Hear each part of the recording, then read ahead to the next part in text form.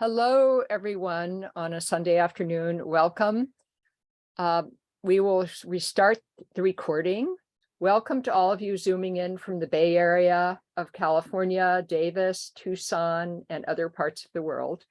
I'm Mary White, WEED's co-chair, joined by Minouche Zomorodinija, who is also a co-chair of WEED.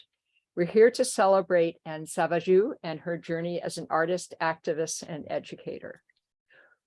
Women Eco-Artist Dialogue, WEED, was started in 1996 as a volunteer-run collective of visual artists, writers, curators, art historians, researchers, scientists, and others who are primarily female identified, who are interested in highlighting the intersection of art and ecological issues. We'll start with a land acknowledgement. If you wish, please put your location and land acknowledgement in the chat. WEED's office sits on the territory of the Huichien, the ancestral and unceded land of the Chichinyo-speaking Ohlone people, the successors of the sovereign Verona tribe of Alameda County, near one of the largest shell mounds in the Bay Area.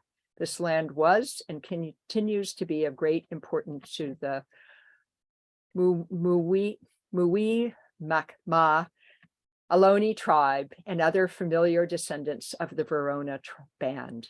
We recognize the Muwima Ohlone tribe who are campaigning to become federally recognized, the Association of Ramaytush Ohlone, who are researching, revitalizing, and preserving Ramaytush Ohlone history and culture, and the Confederated Villages of Lejeune and the Socorro-Che Land Trust, who are working to return native land back to Indigenous stewardship.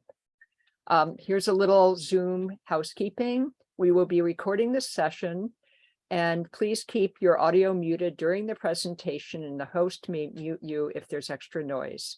After this presentation finishes approximately at 5:30, we'll stop the first recording and start a second recording for questions and answers and discussion.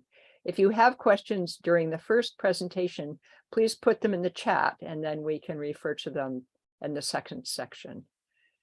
And a little fundraising appeal. WEED is hoping to continue for another decade as our global network of women activists grows. And we're in the middle of a project to rebuild and update our 2012 website with new archival tools for the artist directory and membership interaction. So please give generously to support this vision, either by visiting the donate button on our website, weedartist.org, or which we'll put in the chat. Okay, so now it's time to introduce Minouche Zomorodinija, our co-chair, who will introduce Anne.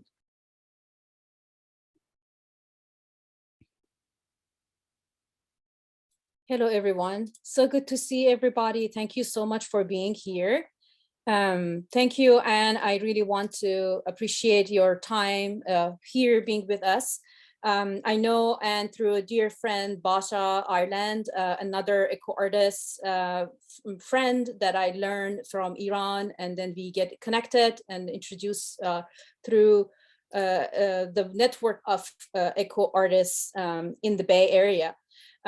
So it was my honor to learn and being in touch with her after 14 years. We're still in touch. So here I would read her bio. Anne Savageau, Anne's Stanford anthropological training, her lifelong interest in the natural world, and the places she has lived, including Iran, Australia, and Europe, are reflected in her art. Anne received her AB from Stanford University and her MFA from Wayne State University. She taught at the University of Michigan from 1978 to 2002 and at University of California, Davis from 2003 to 2014, where she is currently Professor Emerita of Design. During her time at UC Davis, she helped found the Aggie Reuse Store, a student-run unit that promotes the creative reuse of campus post-consumer waste. She created 2 courses on the principles and practices of sustainability applied to the design field, and has given workshops on sustainable design nationally and internationally, and has lectured extensively on her work. She has authored academic papers on waste and sustainability and on strategies to make sustainability tangible to students. Anne's work has been featured in nearly 100 exhibitions and 70 publications, both nationally and internationally. Her largest project, Bags Across the Globe, involved collaboration with over 200 people in 63 countries. A selection of her work can be seen at her website. I put her website so you can look it up. So thank you, welcome, and we're gonna see her. You can share your screen, Anne, now. Okay, thank you very much, Minouche. That was a lovely introduction. And here we go. Okay, I think everybody can see. Yes. Okay, great. Well, thank you so much for introducing me and for this opportunity to talk about my work.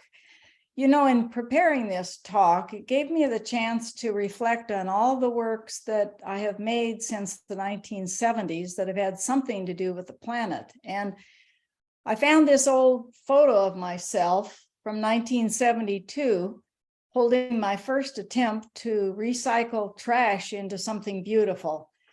And this led me to realize that in ways large and small, I've had something to say about the natural world and the fate of the planet for many decades, and that the urgency of climate change affected my artistic expression over these decades. So I titled the talk Love Letters, not because I ever created anything with that title, but because of my fundamental love and concern for the planet and my alarm at the profound changes that humans are causing.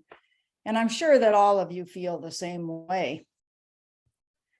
This is a slide that I wanted to include because, like many artists, I pay close attention to my surroundings, and my artistic expression has been affected by where I have lived.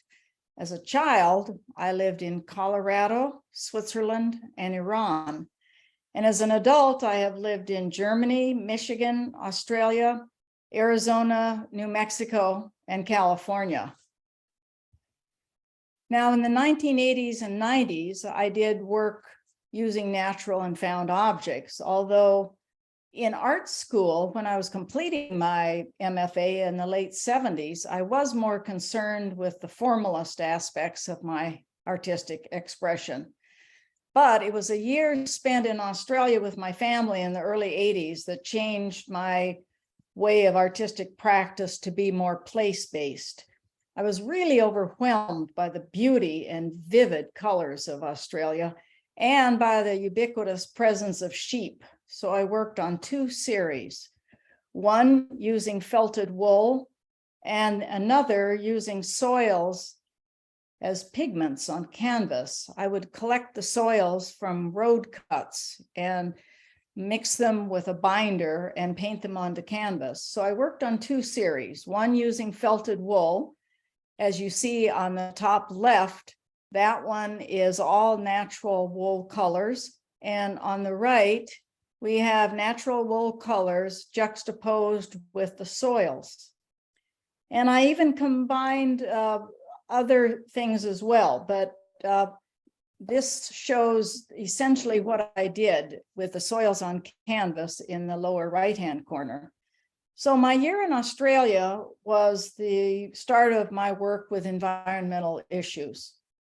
After I returned to Ann Arbor from Australia, I continued to use soils to paint on canvas, but I also began to think very deeply about the years I had spent in Iran and how it affected my artistic sensibility.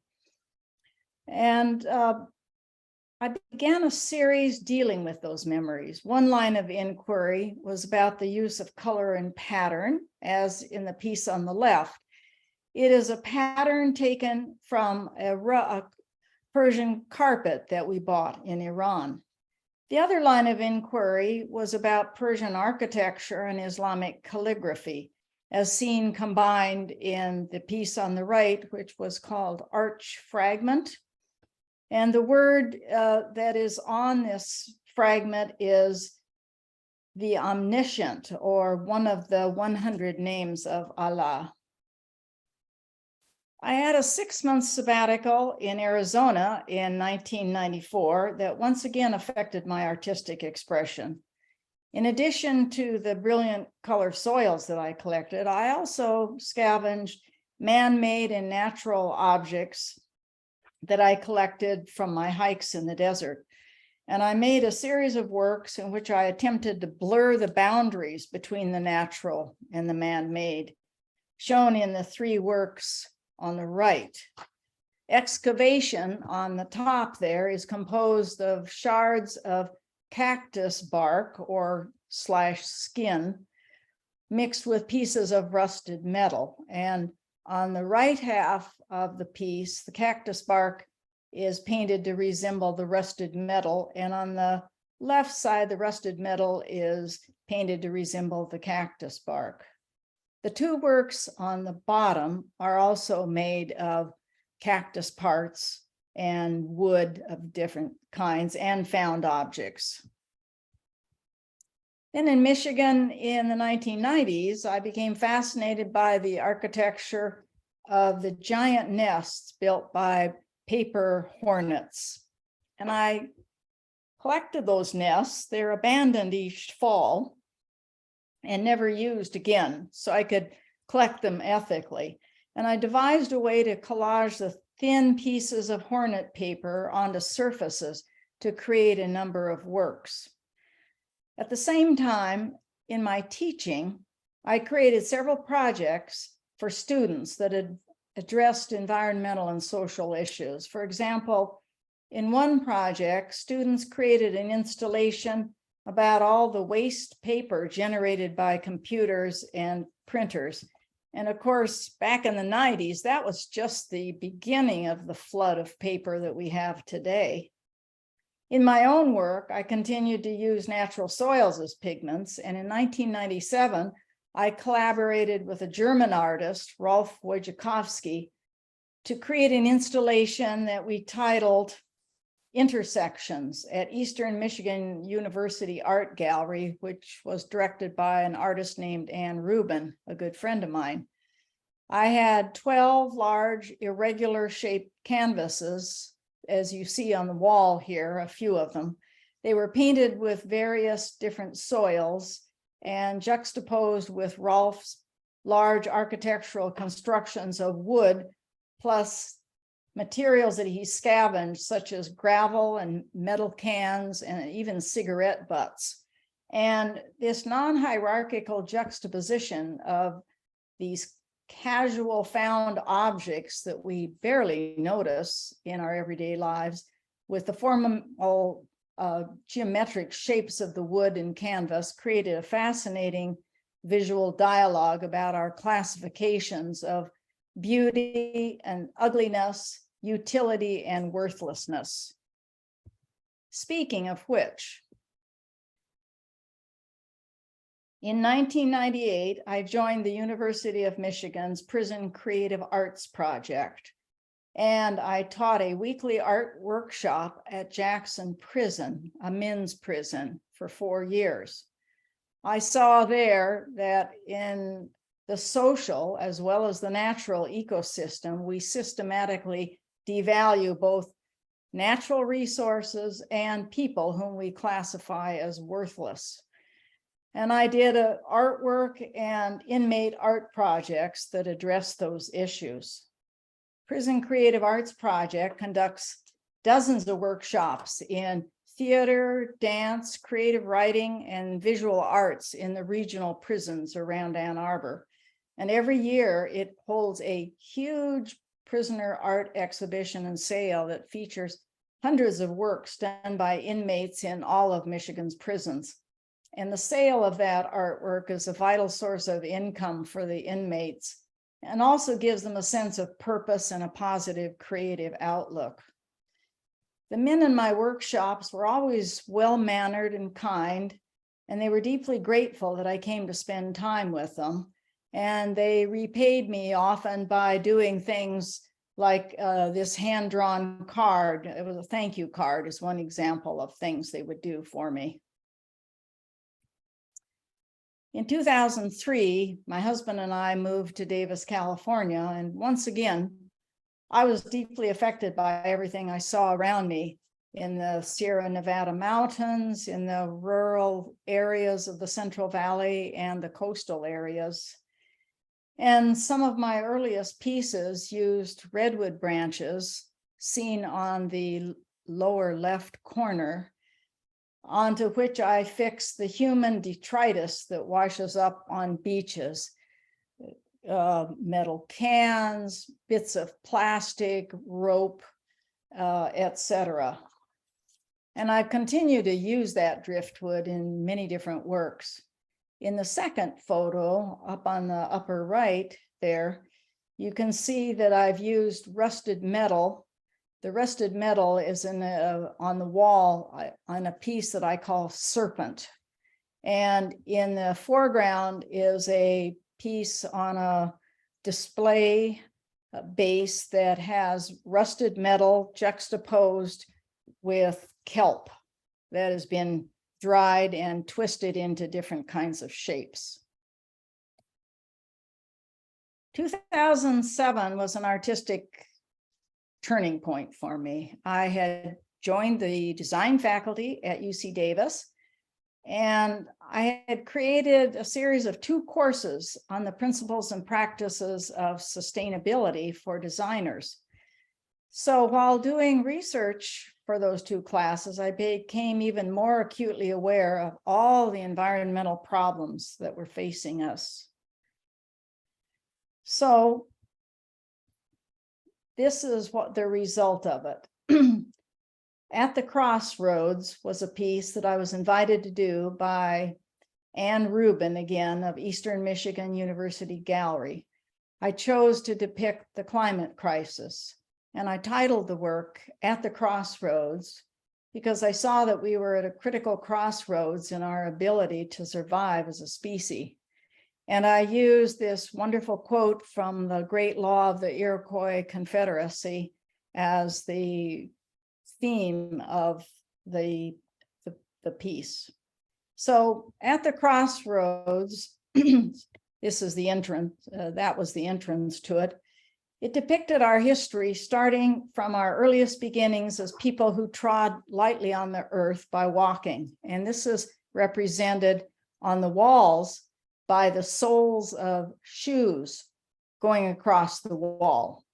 Then the tire shards, which are introduced later, seen here on the left part of the wall, are depicting the introduction of petroleum-powered vehicles, which has caused massive habitat destruction. And on the right-hand side of the wall are frogs. Frogs are a prime bellwether species of environmental degradation. Going back one slide, you see that on the floor, the introduction of invasive people and species is represented by a small plastic human skeleton resting on cow bones with tumbleweeds around and above them, because tumbleweeds are a notorious species that was introduced into the West. Then on the opposite side of the floor is a pile of fortune cookies for viewers to take. And inside each fortune cookie was a fact about climate change. I like the idea of taking a well-known food item and turning it into a message about the environment. And above the fortune cookies, there's a gauze curtain pierced with bird feathers that says extinction isn't pretty. At the Crossroads was a precursor to a far larger and more ambitious collaborative project that I first conceived in 2008 and worked on until 2013, which was titled Bags Across the Globe, or BAG. And it addressed the pollution caused by plastic shopping bags around the world and proposed an obvious solution: reusable bags. So once I decided on my topic, I began documenting the plastic bags in my local environment around Davis. And it certainly wasn't hard. Everywhere I went, I saw discarded plastic bags blowing in the wind or caught in trees or in waterways. And one of the most shocking examples was at our local Yolo County landfill. The landfill had to install a 7-foot tall, quarter-mile long fence of netting to capture all the plastic bags that escaped from the garbage trucks and were carried by the winds to the adjacent wetlands, which is a key habitat for migratory birds. And at the same time, at that time, I don't know what it's like today, but at that time, the landfill had one full-time employee who earned $30,000, and his only job was to pick up those bags all day long. My background research led me to a very troubling discovery that many species of animals were being killed by either eating plastic bags or by getting entangled in them. And that included sea turtles, fish, whales, dolphins, cattle, sheep, goats, wild ibex, and camels. I learned about a veterinarian in the country of Dubai, Dr. Ulrich Werneri, who was conducting a study of this. Dr. Werneri finds giant calcified masses of plastics that are called polybezoars in the stomachs of camels and other hoofed animals that starve to death from them. And you can see on the lower right that the bones of the animal are surrounding the giant polybezoar that was once in its stomach. So I contacted Dr. Werneri and arranged for him to ship me one of those polybezoars for the bag installation. And I'm sure at that time, I was the only person in the US who paid $200 to own a polybezoar. And I think I probably still am. As I said before, handmade bags are as old as humankind. Archaeologists have found traces of bags that are 26,000 years old that are already highly advanced, indicating that ancient peoples had been making them for eons earlier. So I needed to prove to modern shoppers that plastic shopping bags, which actually came into mass production only in the late 1970s, are an artificial need invented by the plastics industry, not a real need, and that reusable bags are ecologically sound alternatives. Well, luckily, I found sources of material to make reusable bag right here on our campus. The interior design staff who select the furniture and fabrics for dorms and offices work with thousands of fabric swatches that they routinely discard. And they were very happy to donate the samples to our project. You can see the samples on the table in the middle image and on the bottom as well. I worked out a way to piece together 6 to 8 swatches to create very sturdy handmade bags. And I was also given vinyl vinyl banners that the campus discards, and they made bags as well. I wanted to involve our design students in creating the project, and the students received academic credit for working on the project. And in the upper right corner is the postcard with the bag logo on it that we used for the project. In this, you can see a few of the bags that were made from fabric swatches and vinyl banners. The one in the image in the upper left and the lower right are the vinyl banners, and the rest are the fabric swatches. I began contacting multiple friends and acquaintances around the world, inviting them to participate. And I gave each person 2 bags that I sent to them, one for themselves and one to give away. And in return, people were asked to send me a bag postcard with a written note and a photo of themselves holding a bag.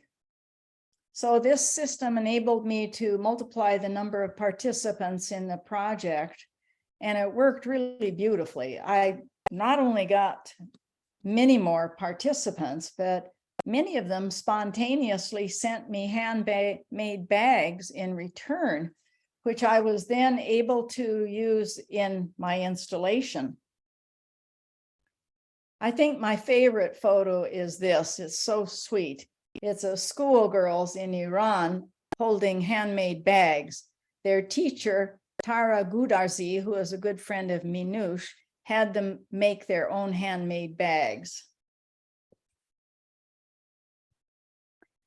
Bags Across the Globe, the installation, opened in the UC Davis Design Museum in January of 2011.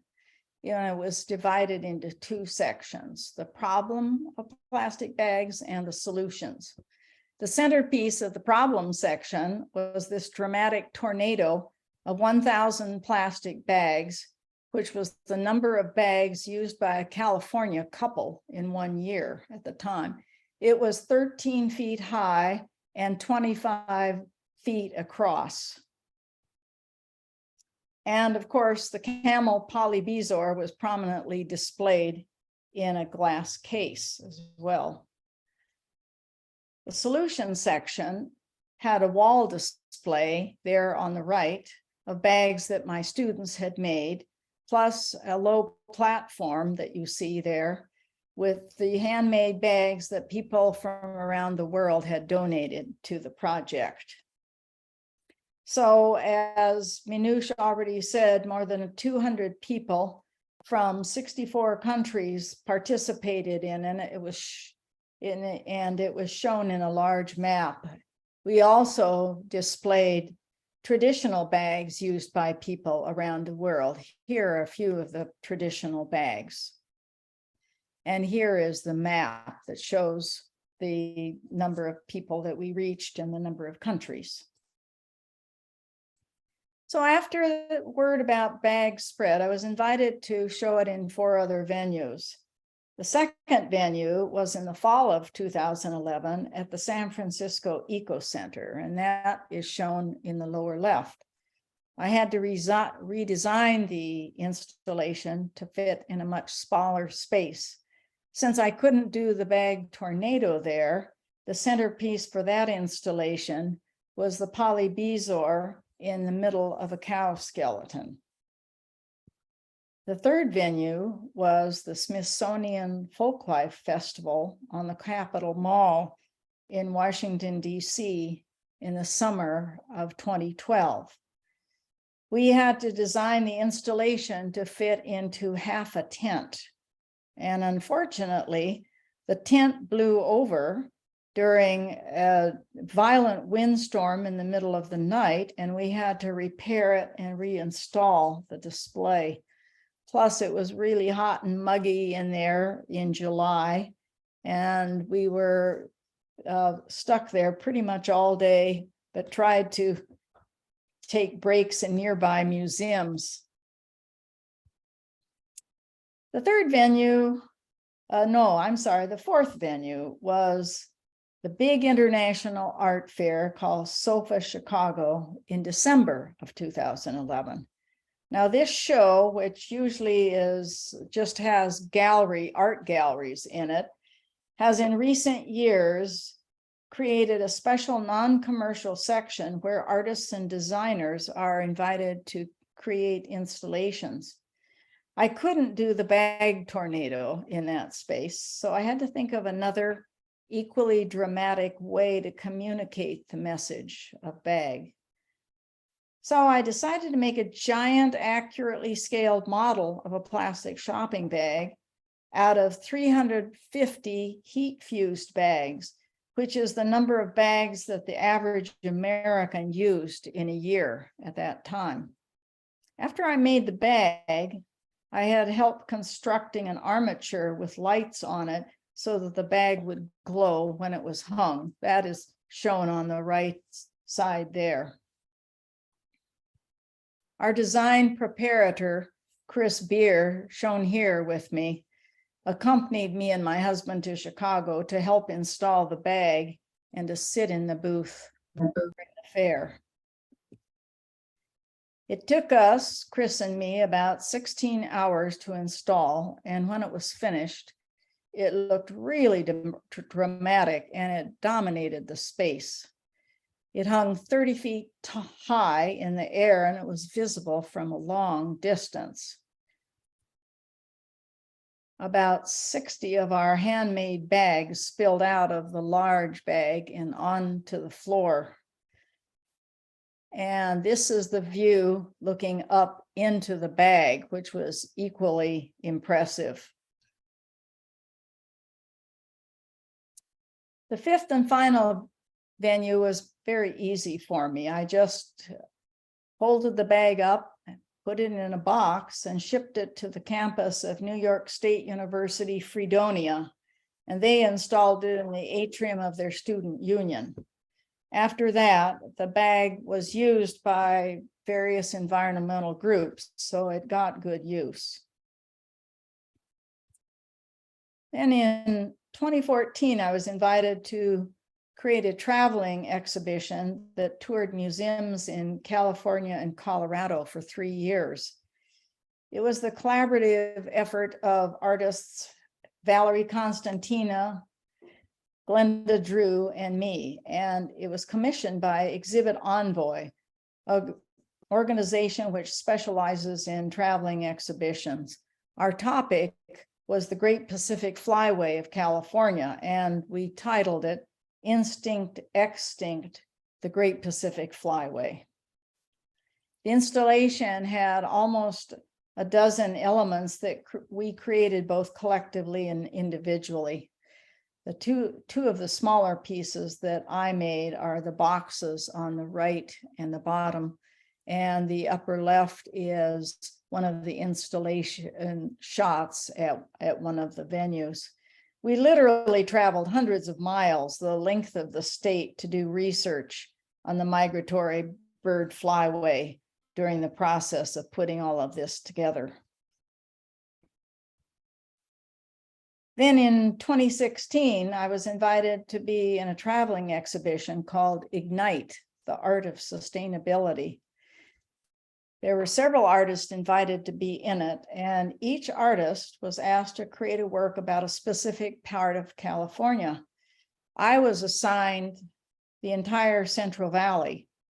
So I created 2 works about the plants and animals that are either critically endangered or extinct in the Central Valley. And you can see from this and the detail of the wall work on the left and the upper right, it is a mandala form with the grizzly bear in the very middle, and then around it are other animals like the bighorn sheep and the wolf, and then antelope, etc. There are literally dozens and dozens of animals and plants that were affected by settlers in the Central Valley. Now, accompanying that, I created a handmade artist book dealing with the history of how the Spaniards and then the white Europeans exploited and erased many of the indigenous people and plants and animals in the area. And unfortunately, at one of the venues, an unknown visitor defaced the book with a racist diatribe, and the book had to be repaired by a conservator. That's a detail from the book in the lower right corner there. I continue to do smaller works from time to time as well. The UC Davis Design Museum had a wonderful exhibition about insects' role in design called It's Bug. I showed 2 works in that. The first was a trio of works made from hornet nest paper, as seen on the left side there.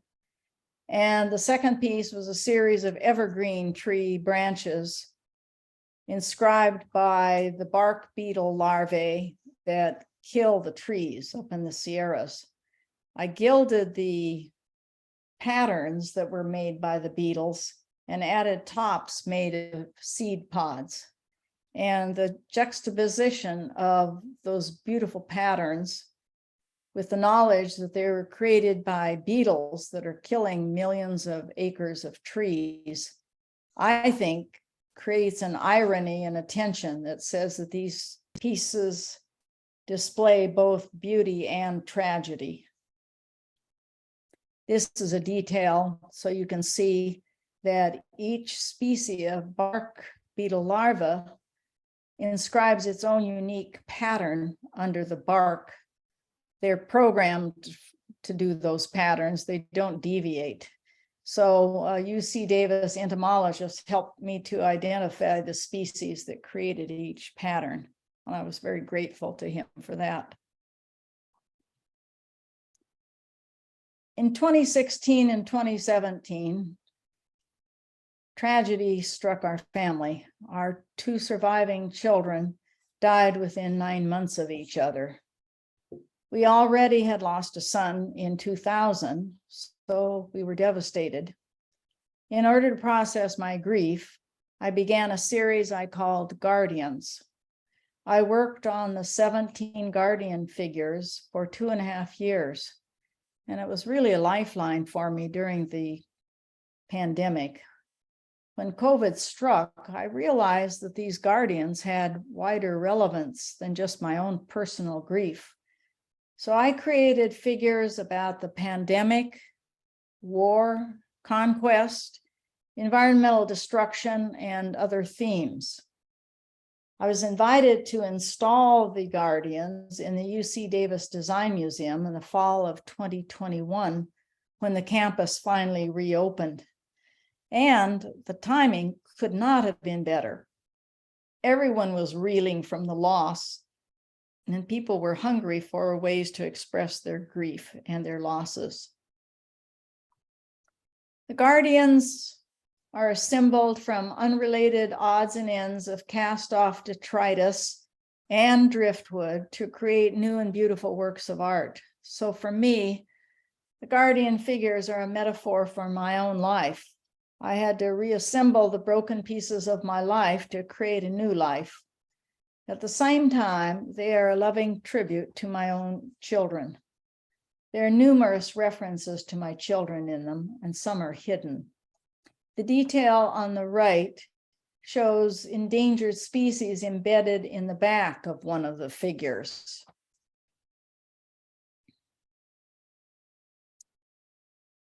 Here I'm going to show you 3 of the guardian figures. Let me get back here. Yes, this one is a two-faced figure. It's a Janus figure. Janus was the Roman god of doorways. According to art historian Rina Folletti, who's writing the essay for the Guardians catalog, Janus was the god of beginnings and endings, transitions, transformations, from life to death, from future to past, from chaos to order. And it has 2 faces. On the left, you can see a bird-faced woman, and on the right, there is an owl, and they're facing away from each other. This one suggests that it may be a ram because it has ram's horns, but it also has deer hooves. And the torso is made of a very old fiddle case, a handmade fiddle case from the 19th century. The initial inspiration for this figure came from Emily Dickinson's poem, Hope, which, as many of you know, begins, "Hope is the thing with feathers that perches in the soul and sings the tune without the words and never stops at all." Fortunately, a UC Davis professor of religious studies decided to bring his class over to see the Guardians, and then he assigned them some reflective essays about the guardians and how they related to the class, which I thought was brilliant. One student wrote something that touched me deeply, and I'm going to read it to you. The guardian with the violin case body was especially of interest to me. Through my interpretation, the bluebird illustrates optimism, since it is the only color in the whole artwork, symbolizing that hope still exists inside someone who is grieving. The blue color, implying depth, intelligence, and wisdom, shows how one can still recognize there is hope beyond their pain. While there is no violin in the case anymore to offer music and life, there is still a bird inside who can sing to be that life. Well, I could not put it better than that student did.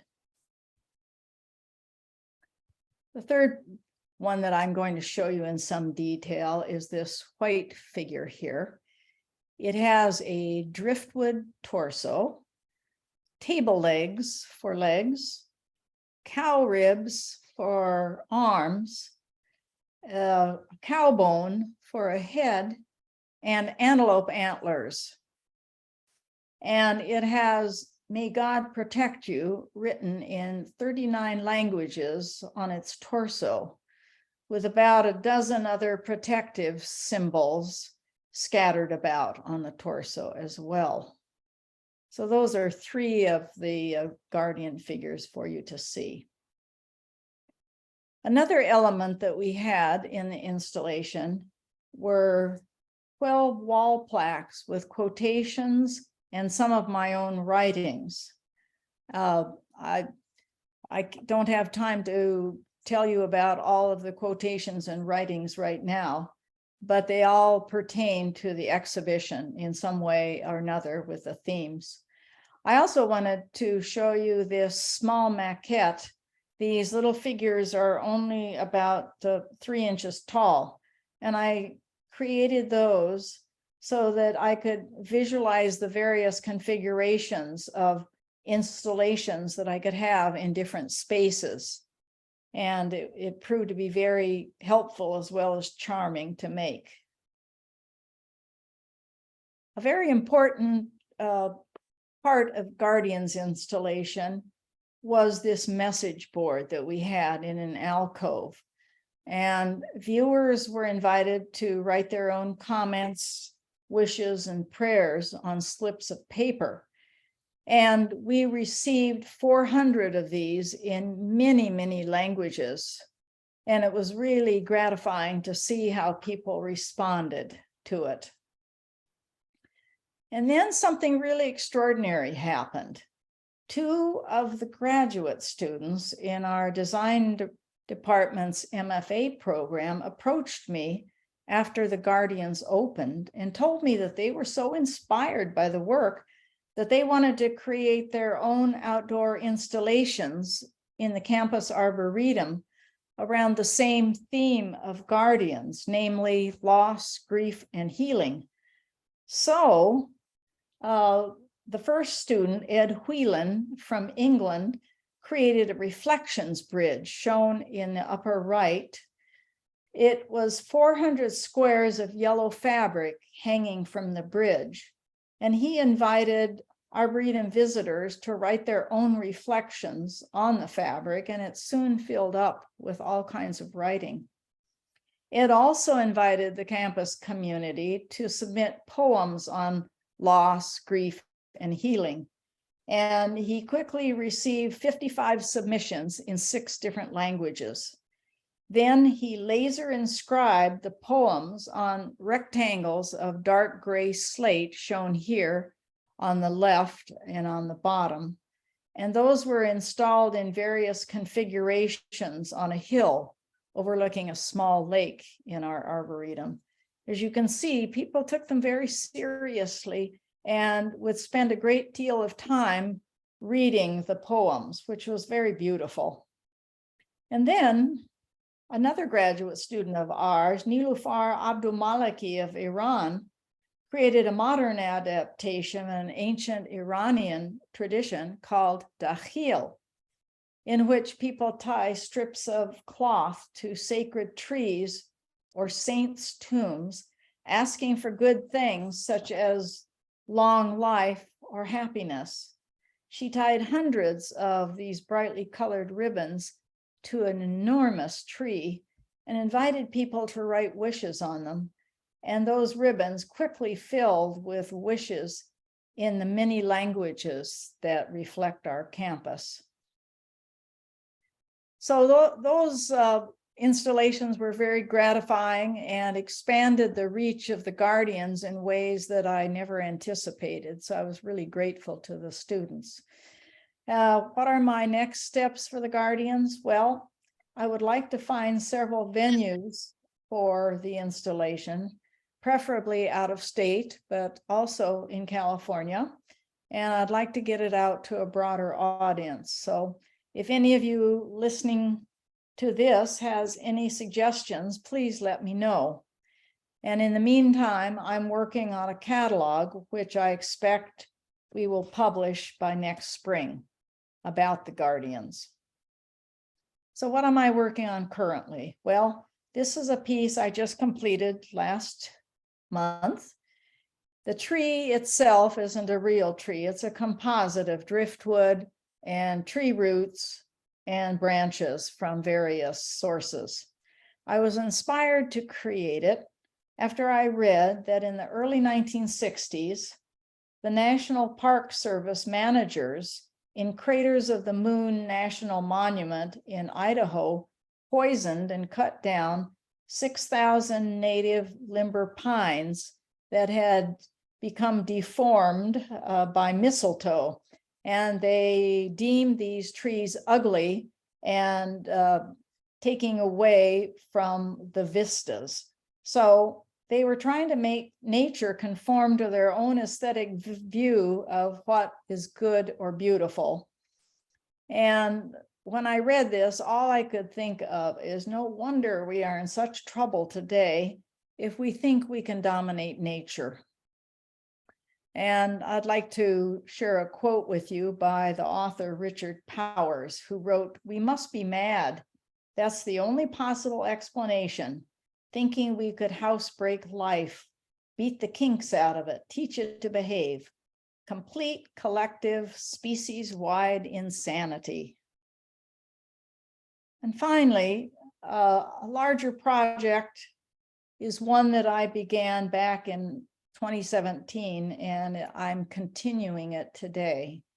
For 3 summers, my family and I spent time at a camp between Kings Canyon National Park and Sequoia National Park.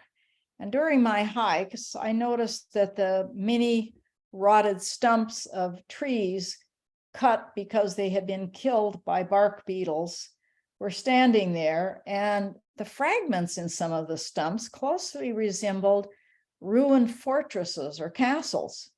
So I collected a lot of the fragments along with the chunks of bark that came from the trees. And I put these castles onto the chunks of bark like little landscapes. And so in my mind, these miniature pieces are metaphors for these dead trees themselves. The tree is like a fortress with the bark for outer walls. And when these walls are breached by the invasive army of beetles, the beetles then kill the trees. So I've mounted dozens of these small ruins on chunks of bark, and I plan to make many more of these to exhibit and hopefully raise awareness of the great kill-off that is going on in our forests today. I would like to donate any sales of these to environmental organizations. So again, if you are listening today and have any suggestions about suitable venues, please let me know. So that is the end of my talk. I want to thank you all for listening today, and many thanks to my dear friend Minouche, who invited me to talk with you today. In this slide, you can see one of Minouche's beautiful installations in our arboretum back in 2010. And if you would like to see more of my work, you can always visit my website, which is at the bottom here. So that concludes my talk, and I'm would be happy to answer any questions or engage in a dialogue. Thank you. Thank you. Thank you, Anne. Thank you so much. Let's give Yeah. Do you want to stop virtual- sharing? Can you stop Yeah. sharing so people Yes, can I see? will. There we go. give a virtual thank you to Anne. Thank you. Thanks Thank so you, much. Anne. It was wonderful. So we will Wonderful, stop thank you. this recording and then we'll start up another recording in just a second or two. So just hold on. Okay.